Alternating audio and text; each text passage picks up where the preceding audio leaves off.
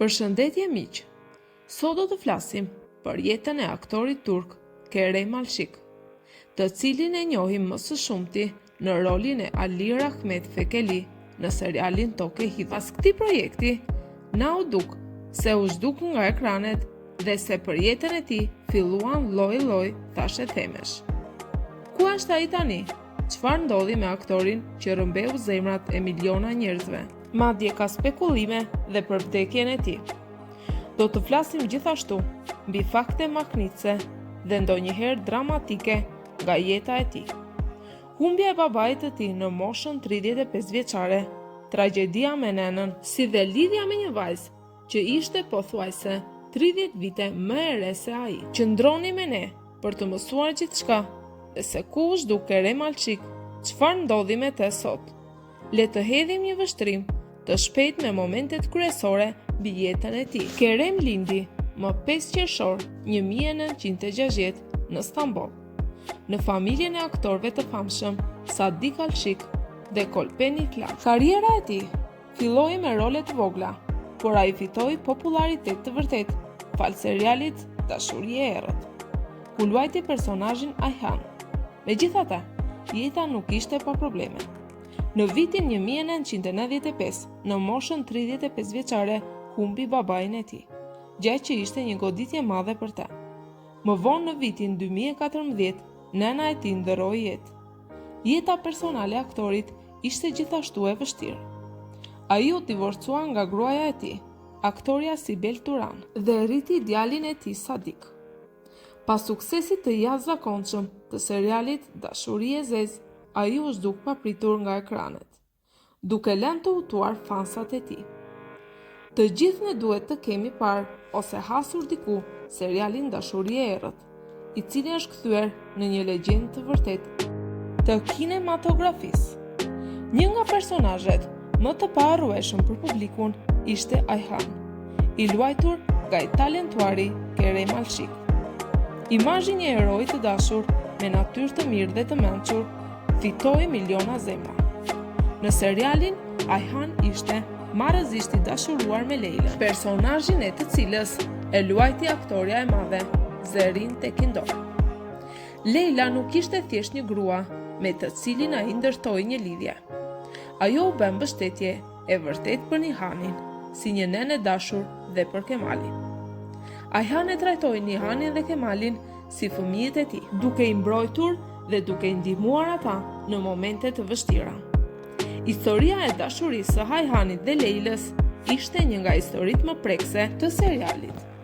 Dasma e tyre ishte një moment që shikuesit e prisnin me padurim, sepse ata ishin vërtet një çift ideal, si mishërimi i dytë i dashurisë së Nihanit dhe Kemalit. Shumë fansa të serialit madje ndërruan që Kerem dhe Zerrin të transferonin kimin e tyre në ekran në jetën reale. Në komente, fansat ju lutën aktorëve që ata të martoheshin jashtë serialit, sepse të dy ishin të lirë në atë kohë dhe asgjë nuk mund t'i pengonte të krijonin një lidhje romantike. Megjithatë, jeta nuk është një skenar dhe jo gjithçka që shohim në seriale pasqyrohet në jetën reale. Si Kerem dhe Zerrin e komentuan këtë situatë, duke u shpjeguar se marrëdhënia e tyre ishte thjesht miqësore. Ata gjithmonë flisnin ngrohtësisht për njëri tjetrin, por romanca nuk ndodhi kurrë jashtë serialit. Kjo histori na kujtoi se ndonjëherë magjia e kinemas mbetet vetëm në kornizë. Por kjo në asnjë mënyrë nuk u aprish aftësinë dhe sa gjallëri mundohen t'i japin personazhit të tyre në ekran. Pas përfundimit të xherimeve të serialit Dashuria e Errët, Kerem Alshik vazhdoi karrierën e tij të aktrimit duke luajtur projekte si Tokë e Hidhur. Sidoqoftë, temperamenti i tij nxehtë donjëherë çonte në konflikte në set. Ja një shembull konkret. Ndërsa punonte në serialin Tokë e Hidhur, ai pati një konflikt me aktorin Murat Analmish, i cili madje e çoi në proces gjyqësor. Pas përfundimit të xhirimeve të serialit Dashuria e Zezë, Kerem fitoi një popularitet të jashtëzakonshëm. Ayhan, një burr fisnik, fitoi dashurinë e shikuesve të gjithë moshave. Është interesante që edhe vajza shumë të reja në moshë ranë në dashuri me aktorin.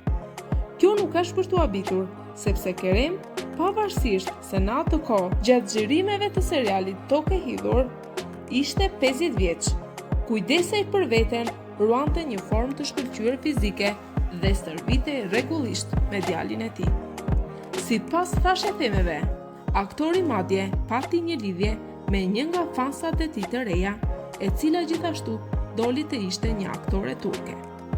Emri i saj, çuditërisht, është Hilal Altimbilik, e cila ishte gati 30 vite më e re se Kerem Alçik. Mirë po, vetë aktori i ka mohuar fuqishëm këto thashëtheme, duke theksuar se ai dhe Hilal janë thjesht miq të mirë. Sot Kerem gëzon shëndet të plot dhe vazhdon të zhvillojë në mënyrë aktive karrierën e tij në kinema dhe teatr. Së fundmi ai është rikthyer në qendër të vëmendjes pasi u shfaqën raporte për lidhjen e tij të mundshme me aktoren Evrim Alsia.